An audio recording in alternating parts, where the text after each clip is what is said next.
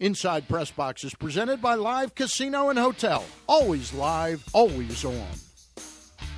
With Loop League, fantasy players can link together events from across the sports landscape into one comprehensive fantasy pool. You pick from dozens of events and play against your friends. You can combine events like the PGA Tour, NFL playoffs, NCAA football, and more. Go to loopleague.com now and register your league. That's loopleague.com. You can see PressBox on Facebook Live with Glenn Clark Radio every weekday from 10 a.m. to noon. Just go to facebook.com/PressBox Sports. And don't forget to like PressBox on your Facebook feed. And welcome back into the show. It's a familiar narrative. The head football coach who craves control, colliding with his star player who has almost complete control on the field. Few realize this dynamic applied to the relationship between Baltimore Colts head coach Don Shula and Johnny Unitas. The book is called Collision of Wills, and it explores this tension. And it's a pleasure to welcome in the author, Jack Gilden. Hi. Welcome in. How are you? Good. Nice to see you. Thank you for having me. Absolutely. And people may know your name from the advertising business in Baltimore because you've been doing it for a long time, which leads me to the question of what possessed an advertising executive to write about this complicated relationship. Well, it actually went back to when I was about 16 years old. I attended a journalism conference for high school students at the Colts complex in Owings Mills, and I went to Owings Mills High School. So I was there, and John Stedman was one of the guests there speaking to the students, and he happened to mention offhand that these two men hated each other. And so as a 16-year-old, I said to myself, that'd make a great book.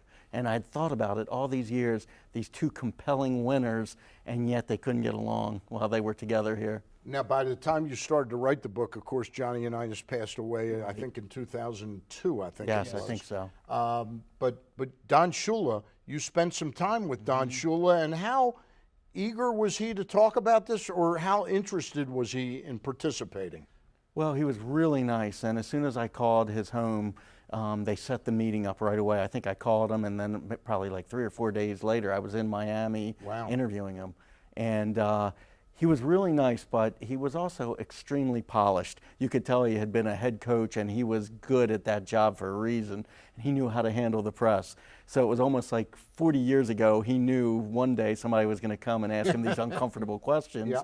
And he was, you know, he had answers for it all, but eventually he let his guard down a little bit, and he did take a lot of the blame for the problems on himself. And, you know, he talked a little bit about his personality and how fiery he was, and that was a big part of the problem. Jack, I wish we had more time to really get into the book because it's only a 4 or 5 minute interview, but if you could, one of the passages that I found was really interesting. A lot of people know that they had the coaching-player relationship, but many people don't realize that they were teammates before. And you're saying in the book that the beginning of the tension of this relationship was during that time when they were teammates on opposite sides of the ball. Yeah, I mean, I believe that that's true. I think a lot of the players, or at least the main source for all of this, was Raymond Berry, and he would disagree with that. But it was no doubt in my mind that was the beginning of it, because Shula was an established player in the league. He was a pretty good player. He had, a decent number of interceptions every single year, and he, all of a sudden he's starting to get lit up by two guys who were total nobodies. In practice. Right. Every day, day after day. And they're getting long gains against him, and it was becoming obvious that Shula was a player who didn't have the speed of a modern football player. Yeah. And so they kind of put him off the team. So right before 1957, Weeb cut him, and he talked about wanting to go back and punch Weeb in the nose, or other people spoke about it. He said it wasn't true, but he put on his sunglasses, he got into his car, and he drove around the Beltway over and over again. He couldn't go home. He was so angry. And so then, very soon, a few years later, he comes back and he becomes the boss. The lousy player becomes the great star's boss. Now, the interesting thing to me is Super Bowl III, it all comes home to roost. The chickens come home to roost because Weeb was pretty ticked off that he got fired by Carroll Rosenblum, which you explain a little bit in the book. But now he's coaching against Shula in Super Bowl III. The Colts are, a 16.5-point underdog? 18 overdog. Yeah, overdog. Talk about a little bit about how that came about. Well, I mean, one of the interesting things about that game, obviously, people always talk about was it fixed or was it not fixed, because the Jets were so far below. But the Jets were a damn good football team, and Eubank was a super smart coach. Yes, in my opinion, he could easily be in the conversation of the greatest coach of all time.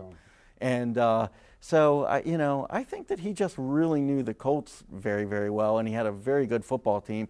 And what I found was they didn't play to their strengths, to their own strengths so much, but they played, to the Colts' weaknesses. And the Colts seemed unbeatable, but they did have weaknesses. Less than 30 seconds. Tell us how people can get the book. It comes out in October. Comes out on October 1st, and it'll be at Barnes & Noble. Even now, you can order it online at barnesandnoble.com or amazon.com.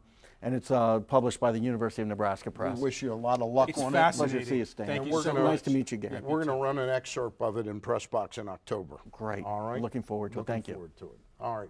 After the break, evidently Jacksonville Jags corner Jalen Ramsey doesn't think too highly of Joe Flacco. Gary and I chime in with our thoughts. Stay with us for the home stretch. And Royal Farms World Famous Chicken has been ranked #1 in Food and Wine magazine. Royal Farms, real fresh, real fast. Inside PressBox is presented by Live Casino and Hotel. Always live, always on.